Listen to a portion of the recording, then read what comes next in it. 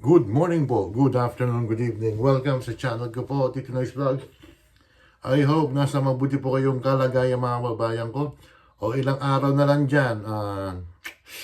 Ano ba ngayon? 8 days na lang ba o 7 days to go before Christmas mga kababayan ko. Maligayang Pasko sa inyo at manigong bagong taon sa inyo. Maging masagana ang inyong Pasko na wag sana kayong... Depende kung... Maghahanda po kayo ng 500 pesos na mayroon isang opisyal dyan ng gobyerno na hindi naman nakakatawa. Bakit? Ito, pakinggan nyo to paulit-ulit itong opisyal na to na I guess sumisweldo ng 200,000 to Yung spokesperson ng Malacanang, ito pagmasdan nyo mabuti or makinig kayo kung gaano nang iinsulto itong tinamaan ng magaling tong anti-Claire na to. Diba may nabibili naman na nakapack na yung pang chop suey. Mura lang yun. Tapos bumili ka ng bihon, toyo. Ano nakakatawa ron, anti-Claire? Porket salary grade 30 ka, you're receiving a salary of 200,000. Hindi umano. Instead na makiramay ka sa mga medyo kapos sa buhay, tapos ganyan ang gagawin mo, tatawa ka pa. O nakaka-insulto ka. Tumira ka ba ng katol? Nakaranas ka na ba ng nag-ulam ng bagoong? Tapos bagoong at saka kape, kanin? Ganyan ba ang gobyerno natin? Walang empathy, walang sympathy sa mga medyo kinakapos sa buhay? Pag eleksyon lang naman kayo, umaarangkada mga walang niya kayo, mga ang gobyerno natin marami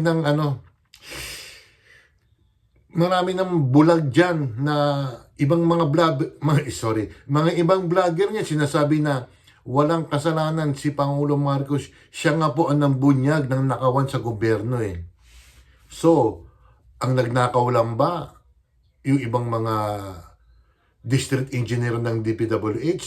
Si Saldico lang ba ang nagnakaw ng kaban ng bayan? Si Romualdez, wala man lang. Di umano ang ICI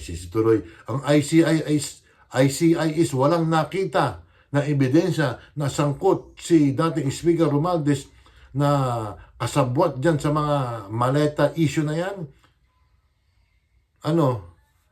Kasi pag nagsalita yan si Romualdez na yan, sigurado kung ikakanta yung pinsan niya Ano lang talaga Siyempre, taki pa niyan Nasa puder sila. Nasa pwesto sila, mga kababayan ko. Di ba? Sandali lang may ibang topic pa tayo Sandali. Yung shout out ko, nawawala yung listahan. Sandali. Ito mga kababayan ko, yung nangyari sa budget natin ng 2026, parang may insertion pa nga Yung kay Congressman D, ang laki-laki ng insertion, billion. Yung kay Swansing din, may mga insertion din. Mabuti nasilip ng Senado mga kababayan ko, hindi di happy-happy na naman mga kababayan ko. Ito, yung pagtatalo ng mga actually, hindi naka-live to may kumuha lang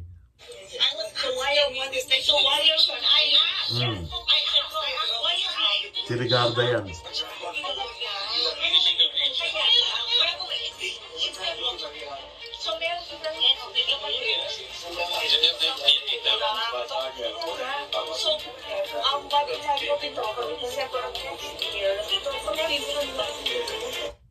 Kasi mga kababayan ko, nagtatalo sila yung Senado at saka Kongreso na kasi kinat yung budget ng DPWH ng 45 billion. Umaapila si Vince Dizon mga babayan ko na sana wag ibawas. Itong si Vince Dizon, nagkamali ng computation, hindi pala 45,000. 45 billion, less than 45 billion pala O kung hindi inimay ng Senado mga babayan ko Di lusot na yan. Di ano na yan, for the boys na naman mga kababayan ko. Di ba? Kaya dapat himayin yung budget na yan. Pero para sa akin, yung budget, yung mga budget na yan, ay sigurado ko may mga ano dyan, may mga pasingit dyan, may mga pitik dyan, mga kababayan ko. Imposibleng wala. Maski panahon ni Cory, panahon ni Ramos, ni Erap, ni Gloria, sino pa ba? Si Noynoy, kay Pangulo Duterte rin, at lalong-lalo na sa bulok na gobyernong ito ni Bongbong Marcos. Anong petsa na ngayon? Ano ba? December 18. Ang sabi nila, December 15, excuse me, may makukulong na. May mga kinasuhan, kontraktor, si Diskaya lang. At iba pang mga district engineer, mga babayan ko, sandali lang ha. Ngayon nga mga babayan ko, bumahing lang ako mga babayan ko. Yun, sila Diskaya lang ata makukulong yung babae at saka yung ibang district engineer. Si Saldico, na sinabi nila na kinancel na ang passport, asaan si Saldico? Takot pa rin ba sila na umuwi si Saldico rito? Kasi nagsabi na ng may testimony siya, kaya lang hindi siya under oath. Yun ang palusot ng ng mga ombudsman, ng mga sa DOJ, mga babayan ko. Yung budget natin talagang binababoy.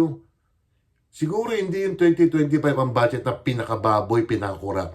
May mga ibang budget pa. Yung budget ng 2023, 2024, asa na? Tapos ito naman ang nangyayari, yung mga walang utak na may mga PhD just to cover up yung flood control anomaly nga, sinampahan si BP Sara ng plunder. May nagsampa na yan, sila, yung Magno ba yan, tsaka yung pare. Ito, si Trillanes, nagsampa rin ng plunder, o dalawa na.